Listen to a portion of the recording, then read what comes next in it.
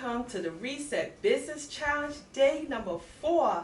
Woohoo! You guys excited? I'm your host Sabrina Merriman, and we're going to make sure we go ahead but today we're going to be talking about choosing a business name.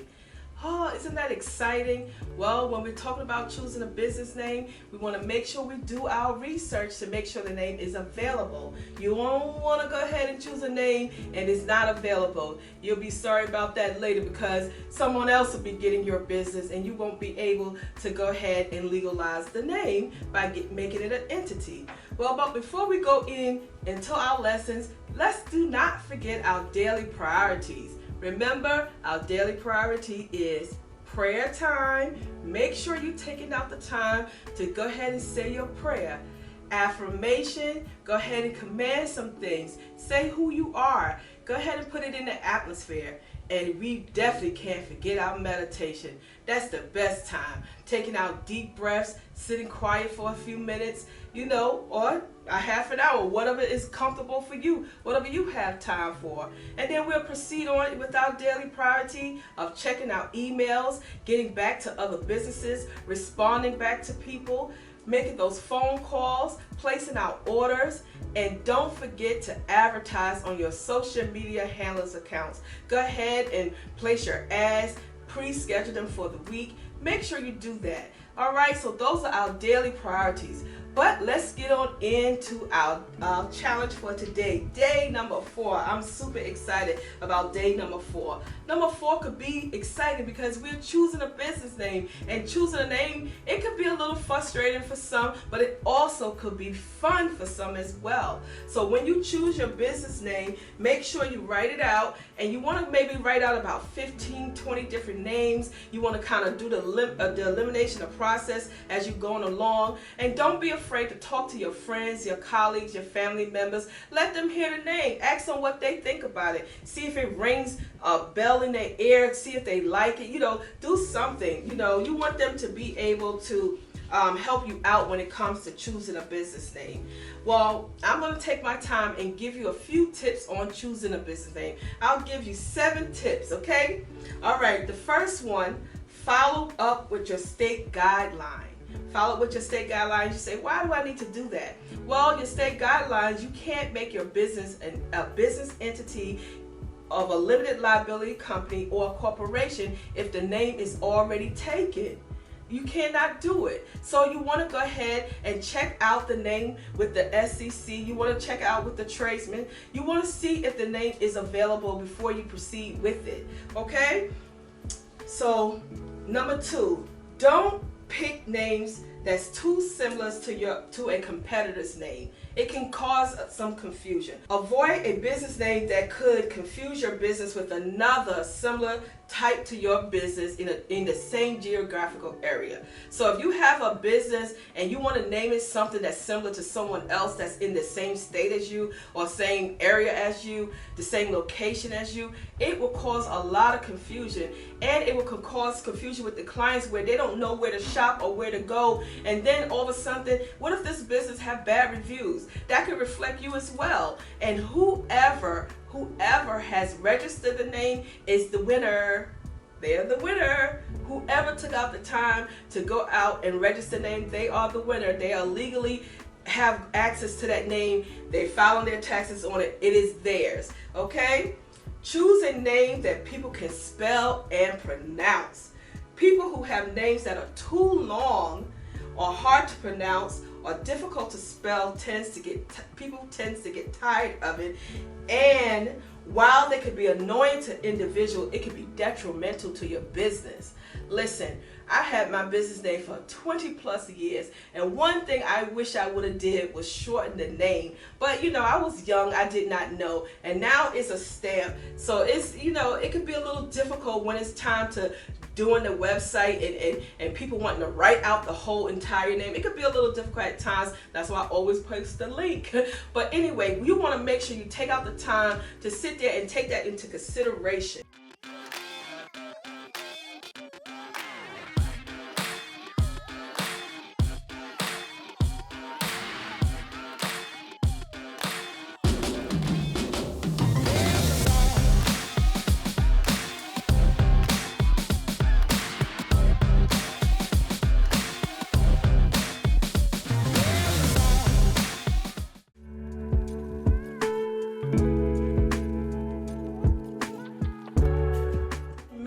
the name web friendly.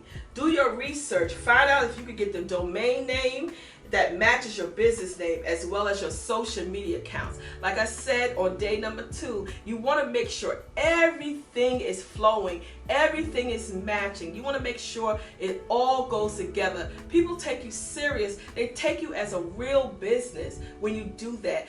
So you want to take out the time to be able to do your research on your name. Be memorable, but not too unique. You say, what's that?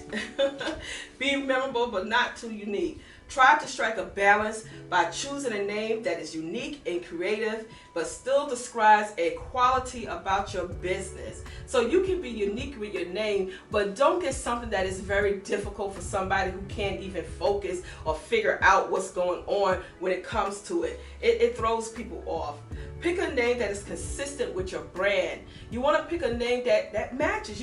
People can identify your business. It's hard to be able to put something on, like for instance, I'll say, okay, my business name, Innocent Beauty Collections, and then collections. People are like, what is collections? What do you do? I had to end up putting hair studio under it so people knew that it was a salon, not just collections of what? Collections of bills, collections of what? So I had to break it down a little bit and be able to put an identity on the business. So you don't want to make mistakes, that some of us have made, because we was very naive and young in business when we started, and then we had to learn the right way. So you want to sit there and make sure you have a name that is consistent with your brand. So if you are selling cars, you want to let people know that it's a car business. If you're selling houses, you want to let them know that you're selling houses. If you're selling clothes, you're selling shoes, you're selling beauty products, you have to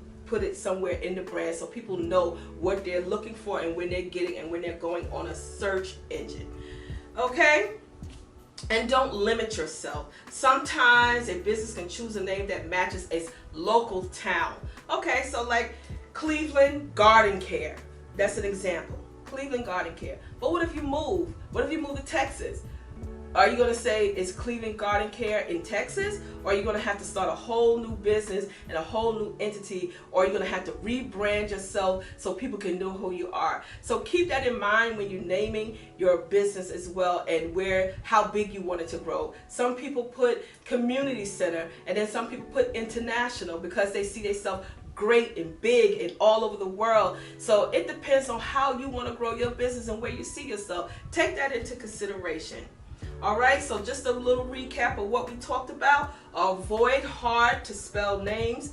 Don't pick names that could be limited to your business growth. Conduct a thorough internet search.